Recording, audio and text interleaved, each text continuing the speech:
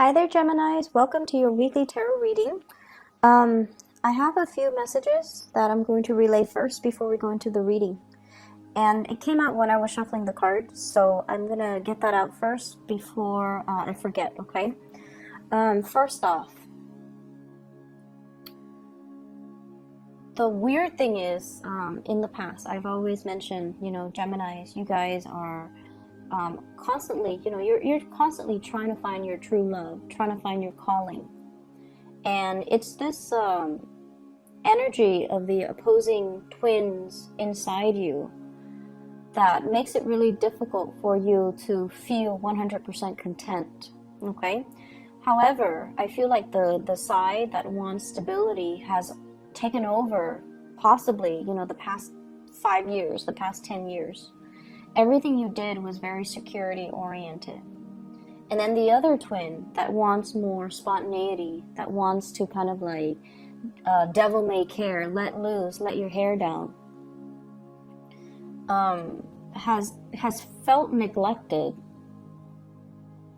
Okay, and then I feel like when you spend your life, trying to build up the nest egg, trying to get financially stable, trying to do everything that's expected of you, trying to fit into a mold, trying to, uphold a reputation, trying to maintain that relationship, trying to do everything that's expected of you, life becomes very, very monotonous. Life becomes like just a series of events that we go through, just going through the motions. And the other twin that really wants more fun, more opportunities, more excitement, I feel like he or she feels very, very suppressed, okay? So that's the first message. And that basically means you have to find more opportunities to let the fun twin have some fun, to do something that will allow you to kind of embody both energies. Otherwise, there's inner conflict. And then when the inner conflict becomes so big, I feel like it's just, you're at a point where you're like, I don't get to have any fun. And then you do something drastic. You drop all your responsibilities and just, head for the hills. And so aim for moderation is what I'm saying, I guess, in a very long-winded way. Aim for moderation, okay? Aim to let your hair down. Aim to, let the fun side, or do the fun things in life as well. Life doesn't have to be just about the daily grind and going through the motions. It should be fun. It should be inspiring. That's why we live it. It should stir your passion and try to moderate, okay? Work-life balance with personal life balance, okay? There is another message. Oh, wow. I'm not able to retain information. There is another message here. And what I feel is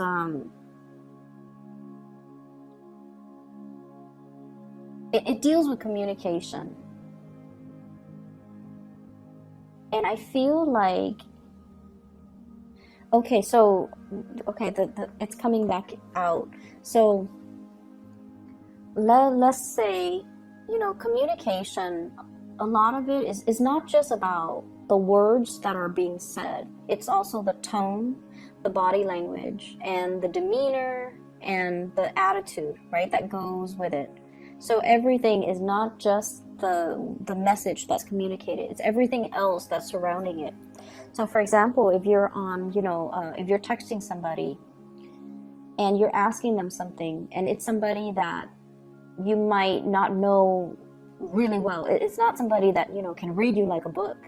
You want to provide a little bit more context, okay? So for example, if you text somebody, what did you do today? They could be like, they're concerned about me, or they're curious, or they can get defensive, they can get paranoid, like, are they checking up on me, or do they not believe that I was out today? So providing a little bit of context, hey, I was just wondering what you did today. I missed you. Or, I thought you might have gone to see that movie. If not, let's go to the movies together, providing a little bit of context when you communicate. And then in person, because people can read your demeanor and your attitude. And honestly, Geminis, everything shows up on your face. So I feel like if you're displeased with somebody, it's going to show up on your face. And you might ask them, why did you do that? And then the displeasure shows up on your face. So aiming to be a little bit more aware of the energy you project. Okay, that's going to go a long way. Aiming to be very careful with our tone so that we can get a more neutral message across. That's going to be important as well. Okay, so those are the two messages, and I feel like it's coming in for this week. So they might be things that you need to kind of be mindful of. First of all, let me talk to you about how your partner sees you. I have here the Five of Wands. This is a card about conflict, competition. In a way, it could be like an energy that is a little bit too in our face. Like these people are either in conflict or talking, but they're a little bit too close. So it's almost like, in your face, bold and brash and possibly quite aggressive. So your partner sees you this way. Which is weird because Geminis are not, usually aggressive, but something is triggering feelings in you, passion and feelings and emotions. Your partner also sees you as someone who has a lot of suitors, okay? This is like the card about competition, having a lot of competitors, having a lot of like hush-hush behind the closed doors type of conversation. So I feel like they see this and they're just like thinking that, I think Gemini's in another relationship or Gemini's in a relationship. We have here the Four of Wands, which is stability, home, marriage, etc. So if you're single, your love interest feels like you have a lot of potential suitors. They also feel like your energy is a little bit aggressive this week. And they also feel like you might already, I keep hearing like behind closed doors type of conversations. And whatever you're doing, I feel like, you might want to explain to them. If this is somebody that you like, you might want to explain to them and kind of like bring them into the fold. Okay? So that way they know that you're not seeing anybody else, that you're still very much single and you're very much interested if you are interested in them. So they feel like you have they have a lot of competitions. And they also feel like your energy is just a little bit aggressive. Which might not be a bad thing, to go after the things that you want or the people that you want. The partner that you're dealing with here, we have the Ace of Swords. This is an air energy. So it doesn't seem like it's a person, but the energy that they come across is air sign oriented, okay? Aquarius, Gemini, and Libra. They're very, very communicative. But there is a very delicate balance between them. So in the way that they communicate, not between them. There's a very delicate balance. So if you see that moon, it's like balancing on the tip of that sword. The person that you're dealing with, they're starting to communicate on a more heart and soul level. And I'm looking at the 4 hearts that are around the borders. The person that you're dealing with is starting to let their guard down.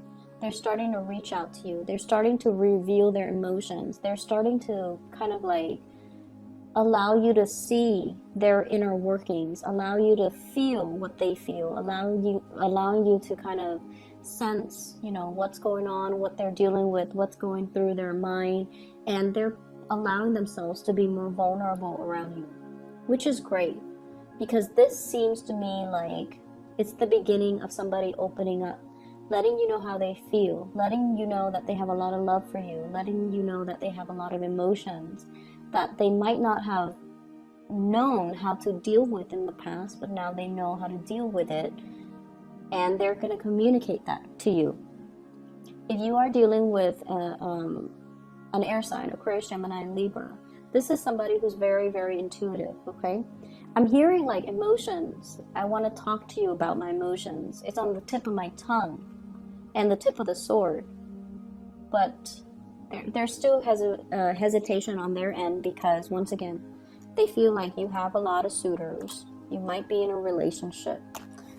So if you're not in a relationship, make it known, okay? They really do like you. How you feel about this person, we have here the Six of Pentacles. You're dealing with someone who's very, very kind. Very kind. This is a card of generosity. This is somebody that is very financially stable, very established. They have a really good heart. They have a really, really big heart. They care about the homeless. They care about children. They care about sick animals. They care about,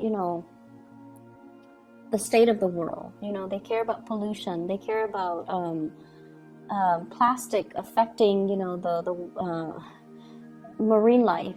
They care about everybody and everything. And I feel like, they have a really, really good soul and a really good, generous heart.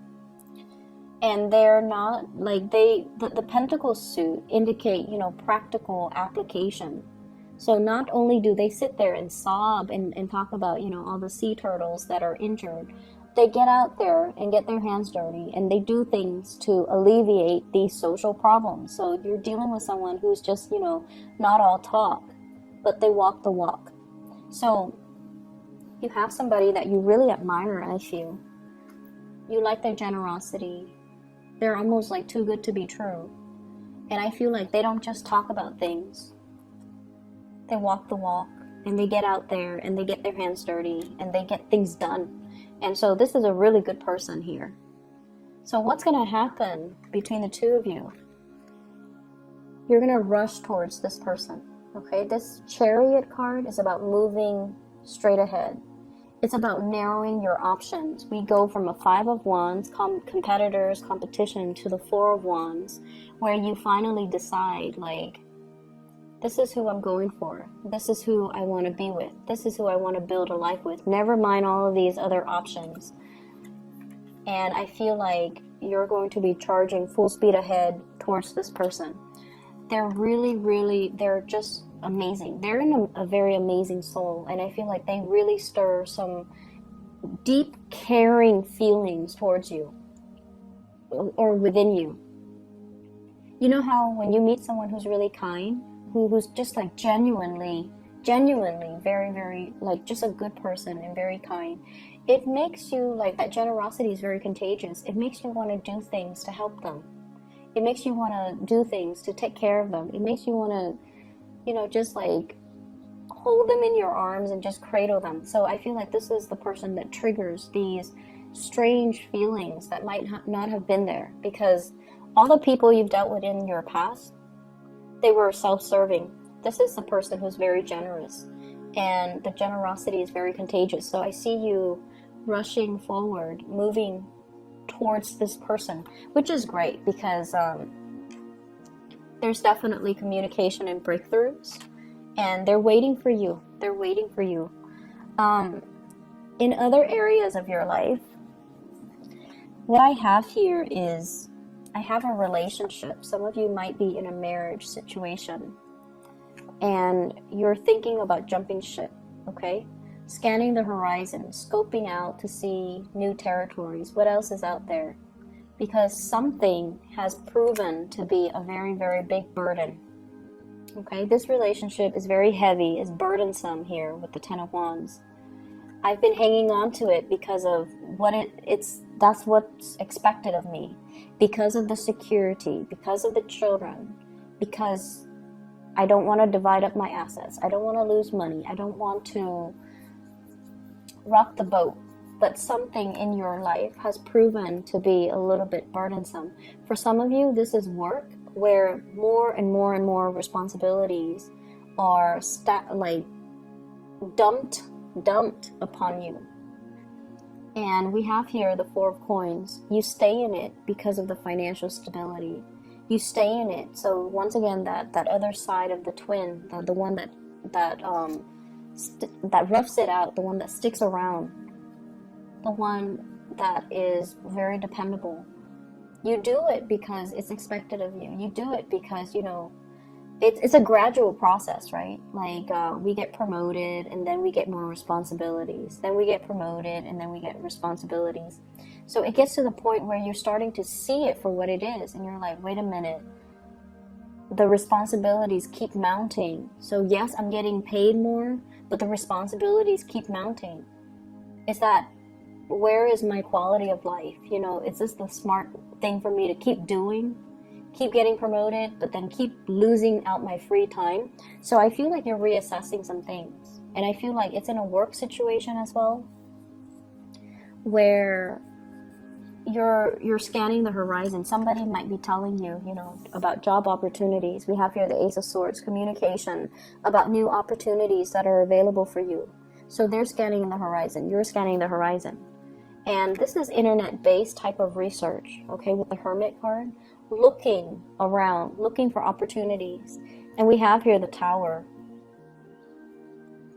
So this is sort of like realizing the truth, looking at a situation and trying to figure out, you know, I need to leave where I'm at because it's not entirely making me happy. It's not stable anymore. I feel like there are a lot of things coming into the picture for this week. A lot of responsibilities that are handed out to you.